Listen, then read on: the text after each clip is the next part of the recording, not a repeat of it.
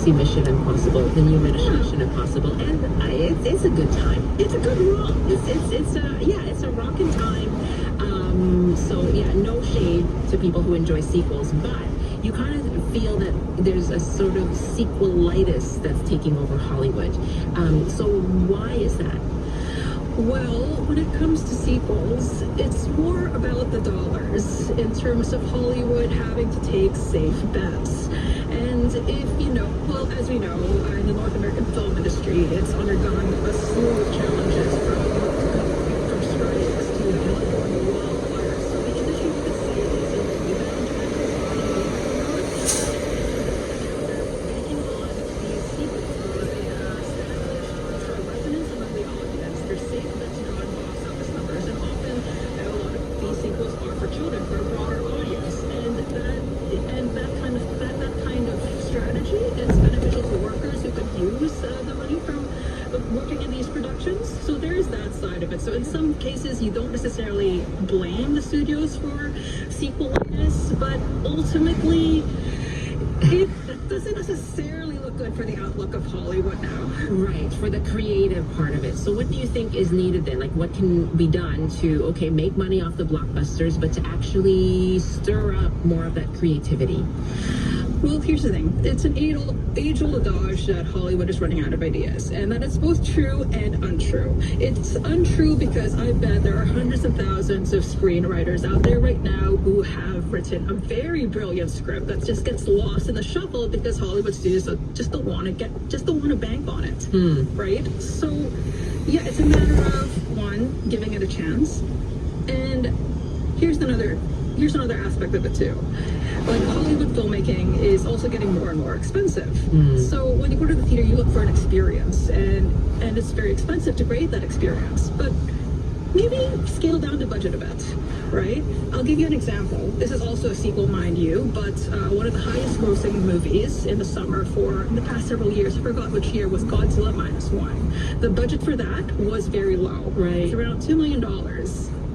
And the thing is, it's not really necessarily about how expensive a movie is in terms of it translating to success. Yeah. But it's more about the story that resonates with the audience. It's all word of mouth. I could not believe I was hearing such good things about this Godzilla movie. Yes. Yeah, you're right. And for that kind of budget as well. Okay, I also will say we're looking at Wicked for Good coming out later on this year, but I'm a little excited about that, I have to say. I am too. They did give us a nice cliffhanger at the end. Yeah, but that is a bit of an exception because it is part 2 of an already standalone narrative. Yeah, we could go down this rabbit hole further and further, Ali. But yeah, I take your point about sequels. Just try and take a chance on stuff that's more creative. I just got off work. Heading home. Never to miss a chance to nerd out on a movie. That is our studio director, Ali Pitarge. So, Chelsea, where do you stand on sequels? Oh my gosh, I was nodding along to every second of that discussion. I will watch a sequel. I feel like I'm less inclined to watch one of the reboots. I feel like we're getting so many reboots, live action reboots, How to Train Your Dragon, Lilo and Stitch, and like the magic of the original movies, you replicate it, okay. To me, that's even less creative than a sequel, and some of them are good. I've seen them, that's okay. But I wish we got more original stuff, and Hollywood seems to have learned the wrong lesson from Barbenheimer, which was 2 quite original films. And obviously Barbie is a cash grab, it's based on a toy, but it was really original, and like, I think audiences were thirsty for that, and that's part of the reason for the success of that moment.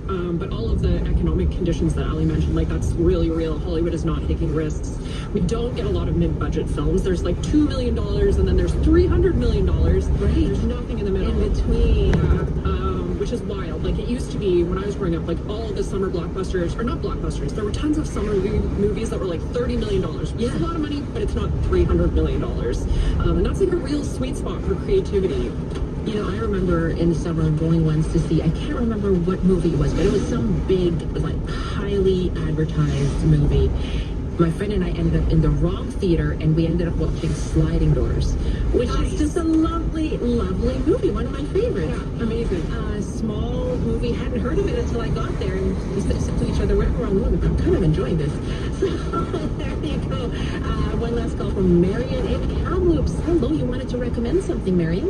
Yeah, I did talk to Joe on your show, and we were talking about, I think, small films, and one that was my absolute favorite, and we can really use more Canada, and it's so Canadian, it's called 1 Week. Uh-huh. And it's got cameo appearances by Gordon Downey, the Tragically Hip, Joe Plaskett, and Em Griner, who I'm not familiar with. It's just a cool She's a great story. musician.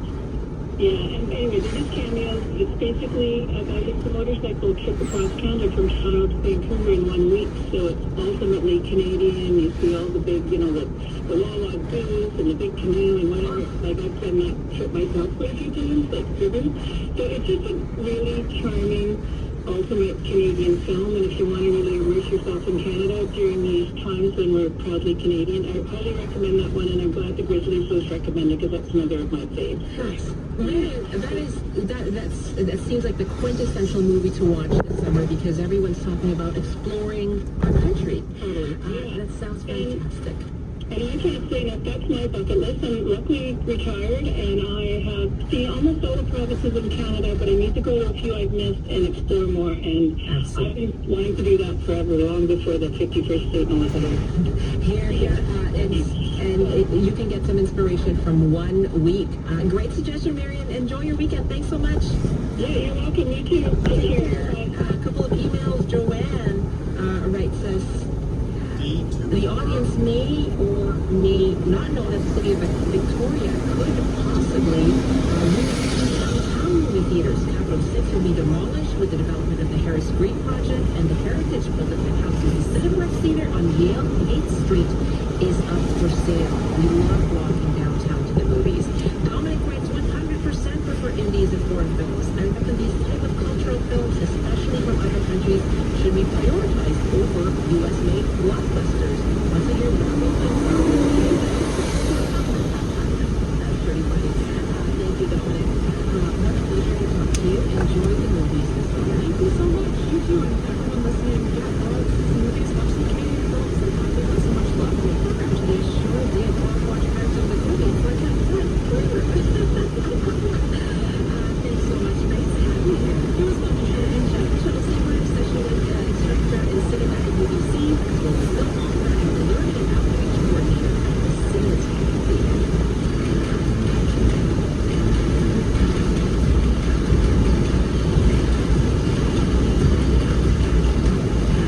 So our team here on the show, Allison Cole, Charlie True, Ali Battaglia, George Baker, Greg Kisser, Bradley Stewart, Mel Carter, Mark Fairfield, Kyle Davidson, and Megan Zwick.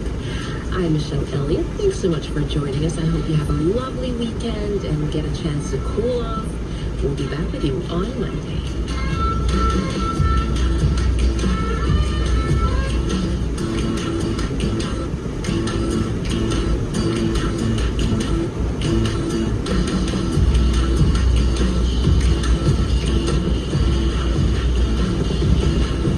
I'm Amy Bell, and this is your CBC Inbox. CBC is proud to be the exclusive radio partner at the Pinoy Festival. Join the Filipino community on June 14th for a day of joy, reflection, and powerful togetherness. It's an unforgettable experience filled with live music, art, and food fiesta. Event info at pinoyfestival.ca, and never miss a special programming series, event, or contest. Subscribe to CBC Vancouver's e-newsletter at cbc.ca/Vancouver Inbox. Are jeans the best pants?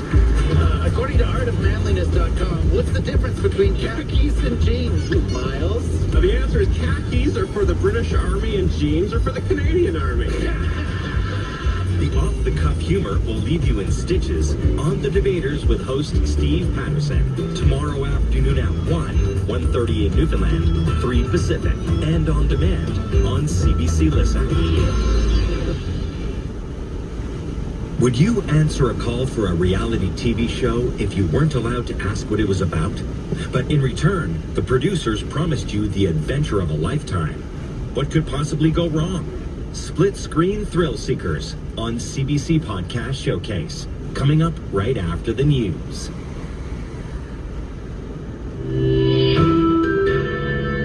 This is CBC News from Vancouver.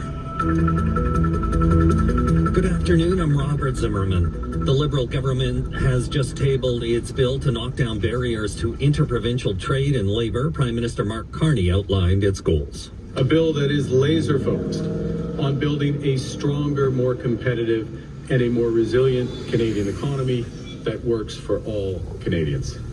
It's our contribution to a broader effort with all the provinces and territories to eliminate the barriers that have held our country back for far too long. Carney estimates those barriers are costing Canadians as much as $200 billion a year. The bill will also speed up approvals for infrastructure projects that are considered in the national interest. The legislation was one of Carney's key election campaign promises. Statistics Canada is out today with a better-than-expected jobs report. Shows close to 9,000 jobs were added to the economy last month, at a time when most analysts have been predicting big losses due to the U.S. tariff campaign.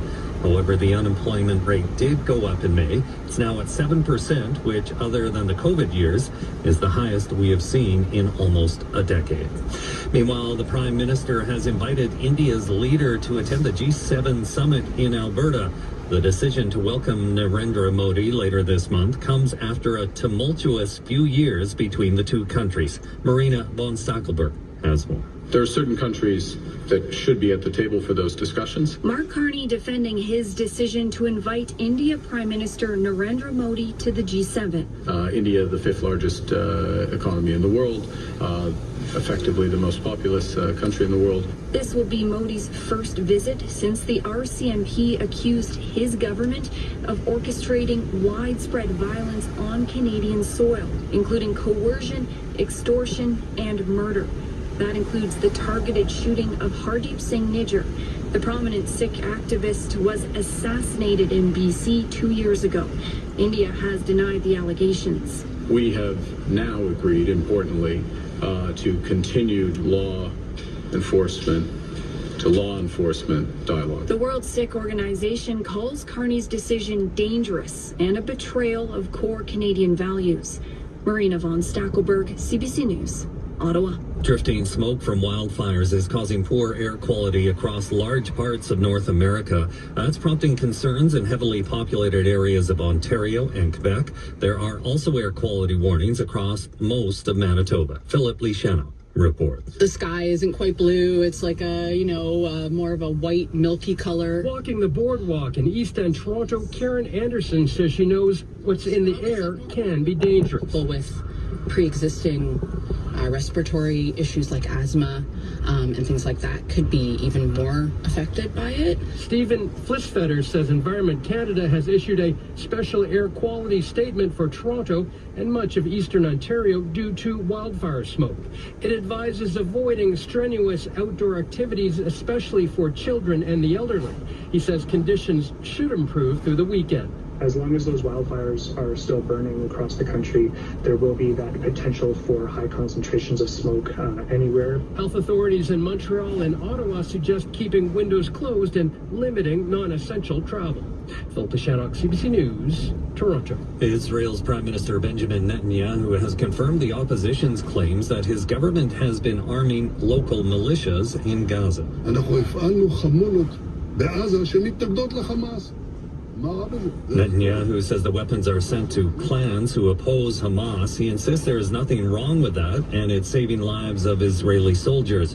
Former Defense Minister Avigdor Lieberman calls the tactic complete madness. He says the guns are sent to what he calls the equivalent of ISIS in Gaza, and there is no guarantee those groups won't turn the weapons against Israel. And that's the CBC News from Vancouver. For news anytime, go to our website at cbc.ca/BC.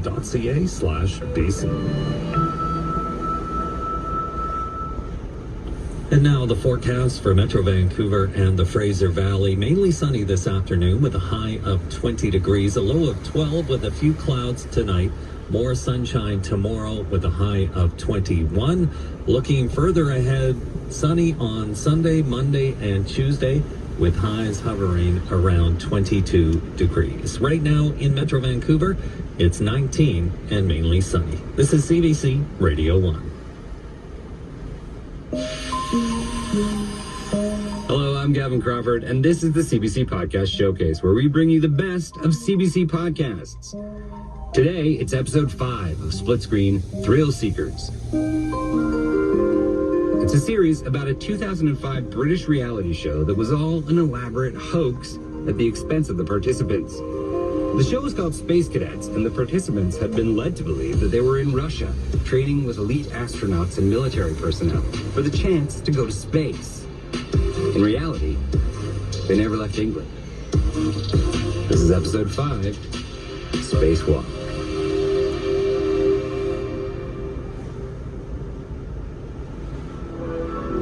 Charlie, tell me about the launch.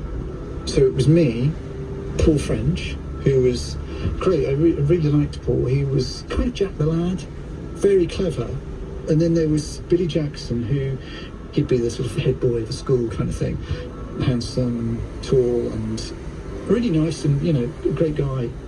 And then Kerry, who was just delightful, just such a lot of fun. And weird me, making up the 4. They are the mission commander's special boys and girl, and it's why the mission commander took them, and only them, on a late-night visit to mission control in an illusion David Copperfield would be proud of. Richard, what was it like when you took the contestants to see the space shuttle? It was just phenomenal. It's 11 p.m. We took them to see it at night, drove through the dark to this hangar. Okay, guys, this is my phone, which was in pitch darkness, but lit incredibly brightly from behind. We can't stop very long because they're busy. As I arranged for the doors to be open,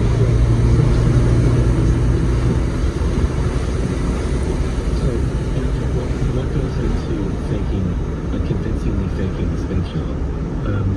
We had a load of silver aircon tubing laid across the floor, and there was dry ice running, and the lighting department just had studio lights pointing straight out.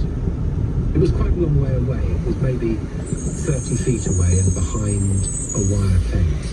So you could just see the nose of the space shuttle sticking out.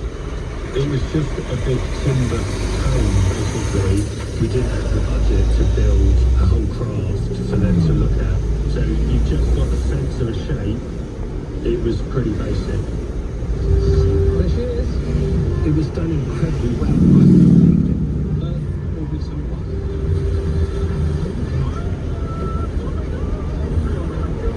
You're not thinking, why didn't you just see the whole shuttle? You're not thinking, this goes, I can't hear that goes, or this goes. Beyond just being impressed with what the department had done, I felt some sort of strange, odd pride in the couple of our shoulders that really was mine. Okay, the launch time approaching fast. It's time for cadets to make the final preparations and get into their spacesuits for a tense time. They had a whole prep before they went onto the craft where you sit down and you're put into your suit and you're given your oxygenator. There's lots of nervous chatter as we're getting into our suits. It ever seems as cool and all life. Because, there's a certain amount of jeopardy at this point. I'm talking about in their minds, in the other contestants' minds. I think if I was them, I'd have been more concerned that I might be about to die. This is it. Wait, this is what we are next. We are next. I don't want this into it. So we went through these sort of tunnels past the control room with people and lots of what looked like, frankly, 1960s equipment in it. If we're going to tell people information that's not quite 100% right, if there are other senses of telling them it's right, they'll forgive something. And so we had to convince them with their sense of smell that they were in the right place. So around the back of the set, the special effects department were burning aviation fuel. I think back for first dinner. So all of that stuff goes a long way to tell all of your senses that this world is real. They were really just sort of ramping it all up. We couldn't possibly not believe it. They had to go through this tunnel, and it was a kind of silver fabric that they had to bend down to go through. Like the concertina thing you have between two train carriages. Run of the tunnel. Except one of them slipped. Pushed against this fabric and ripped. That was a big moment. Those ripped nearly destroyed it. They would have just seen a room with a load of people sitting in front of monitors. And one of my carpenters just had the foresight to pick up a broom and push this thing back against the wall of the simulator and save the day. Anyway, that's it. They're on, strapped in, ready for takeoff. Off the break, our cadets. We're going to actually get launched into what they think is space.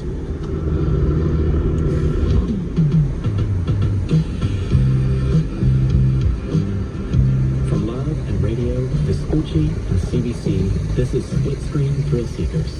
I'm Nick Undercoach. Chapter 5, Spacewalk.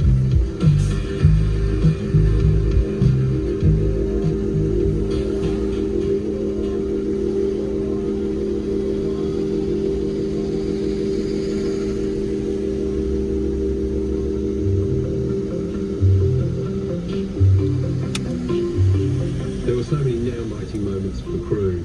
You know, the takeoff, would that be credible? With the hydraulic rams that were pushing the simulator up to a specific angle, and the sound engineering with all the speakers that we put around the simulator to create a real sense of what the real noise might be. Was this convincing enough? Here we go! Yeah!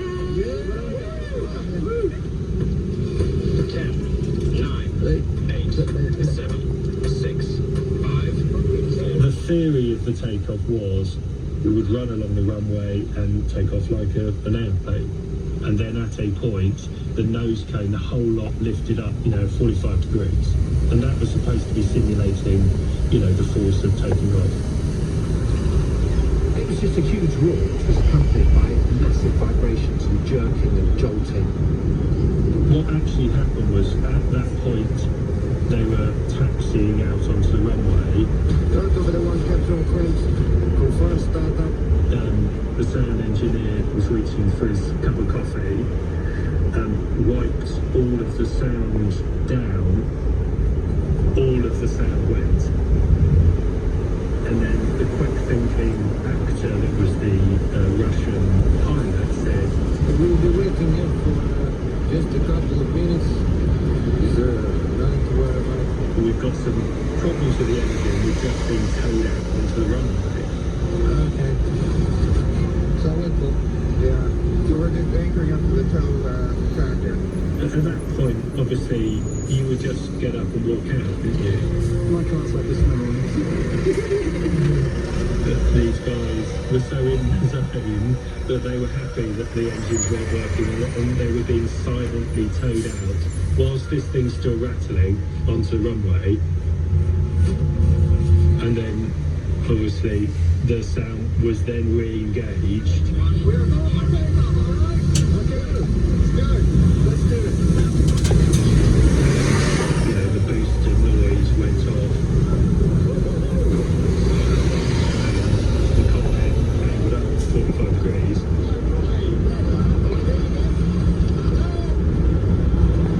And suddenly they were in space.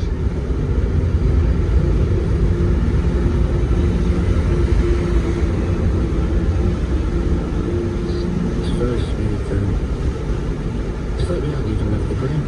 Numbers to Earth Orbit 1, keeping with your on-orbit operation. Congratulations, everybody.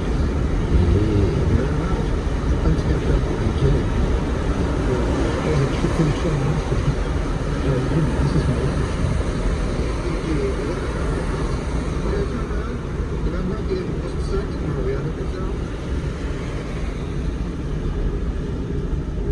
We told them that the windscreens and the windows had to be kept closed for blast protection during takeoff, but that once a stable lower Earth orbit had been established, that the screens at the front of the cockpit would be raised and they would be able to look out and see Earth.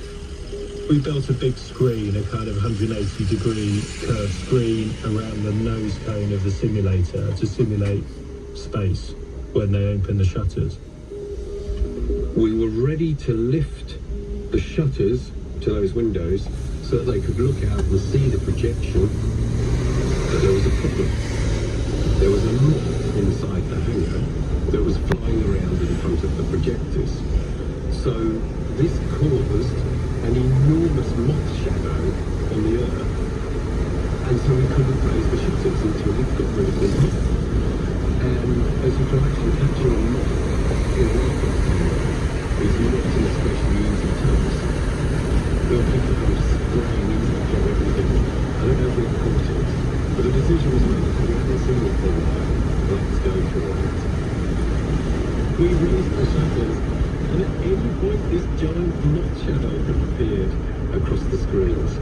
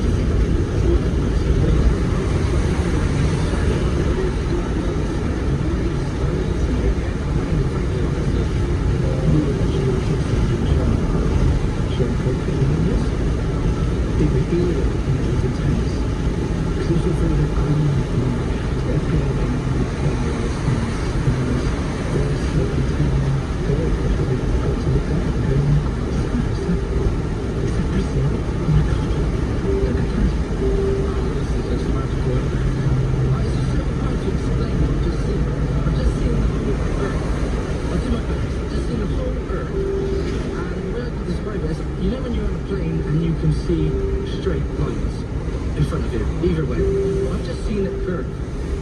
And it was just the best thing I've ever seen. And I'm just thrilled. I'm so proud. I'm lucky. One of them said something which was not dissimilar to what one of the Apollo astronauts said in the 70s. Was something along the lines of,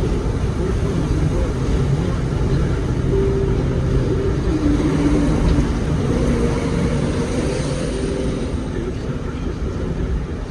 You couldn't imagine it to be a place where war would take place.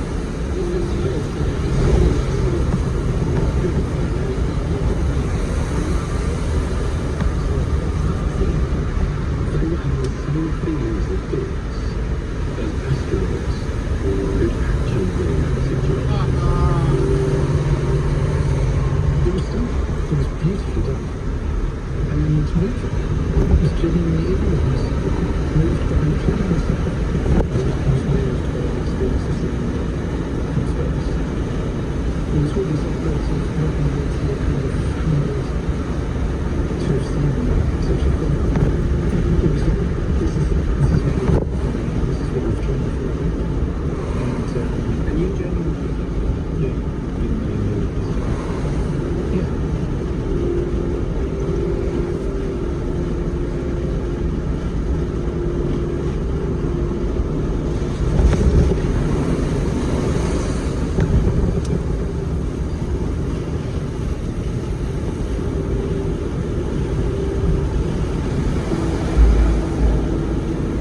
We did have lots of meetings about how we were going to implement it here. You can just use the space. Also, ground control to the council. That was actually quite funny. You know what we've done? Because I'm genuinely, would we have just died in the house and all one of us gone? I'm going out into space. I'm going to find out this is a spaceship. Yeah, there was constant talk of, what ridiculous thing could we do now? So almost certainly probably a discussion about, an alien's hand appearing in a window or something. Essentially, they're going to be deprogrammed like that, which is, not usually when people are sort of indoctrinated into a massive cast, which is kind of what this is. It takes them a long while to get deprogrammed. They're just going to literally have.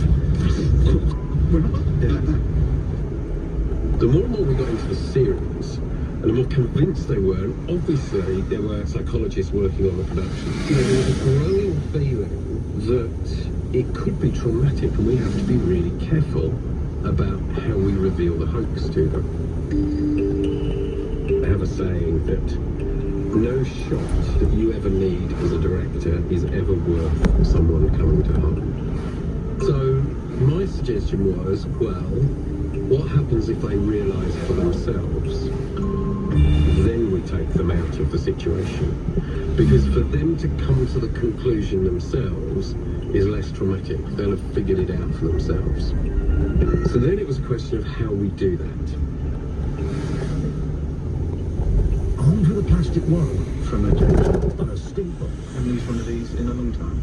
Charlie must convince his fellow cosmonauts that he is sick. I feel like I've just eaten something really wrong. So there was this kind of elaborate sequence put together The cadets are preparing themselves for their leap into the unknown. where they were going on a spacewalk. They've been told Charlie's not coming as he's been ill with worms.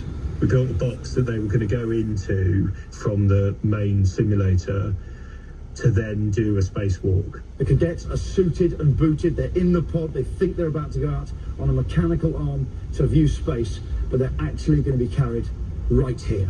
They got locked into that, and then we wheeled them across a kind of concrete floor, a shaky floor. Their fellow cadets are here. Their friends and family are here. And now they're in the pod. You know, it's like a magician's trick, wheeling them in a box to the side of this stage. There's been a lot of talk about them coming back to Earth with a bump, but we're providing a few cushions just to lessen the impact. And then a screen in that module came to life, and we showed them an edited sequence of some clips of them over the course of a few days in the shuttle. Hello there, Billy, Kerry, Paul. Congratulations, you've successfully taken part in a TV first. But perhaps, not in the way you've been thinking. Take a look at this. And these were the moments when they were making jokes that were more true than they thought. And then you could see on their faces that they were starting to realise, wait a minute, there's something wrong, this isn't real.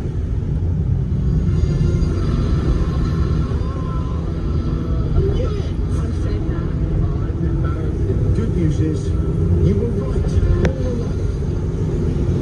And it worked beautifully, exactly as I hoped.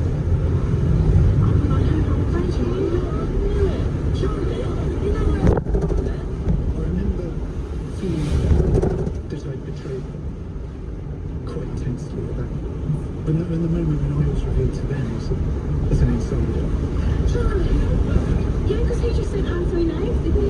Yeah, Charlie, that was a steam.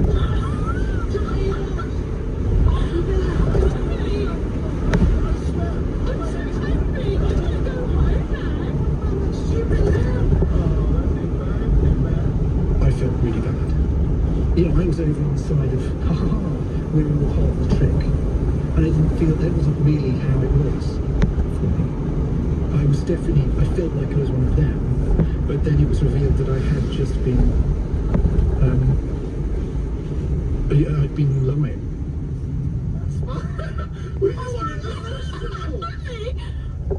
I'm taking stuff. Buddy, surely, oh no, surely not. I'm not being that strict. So, as that conversation continued, Gang's here, it's time to come home. we opened the side of the module. Oh, back off. No! Don't open up, do not open up. They stepped out and everyone cheered.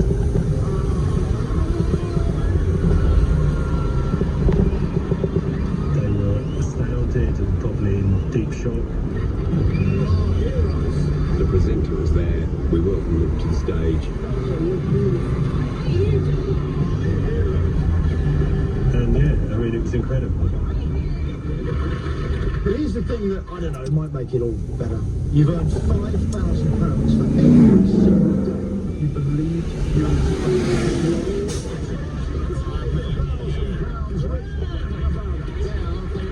Rise it back up. Knowing the truth though, are you still pleased you chose to go to space? I'm still a little bit shocked because I was planning my speech for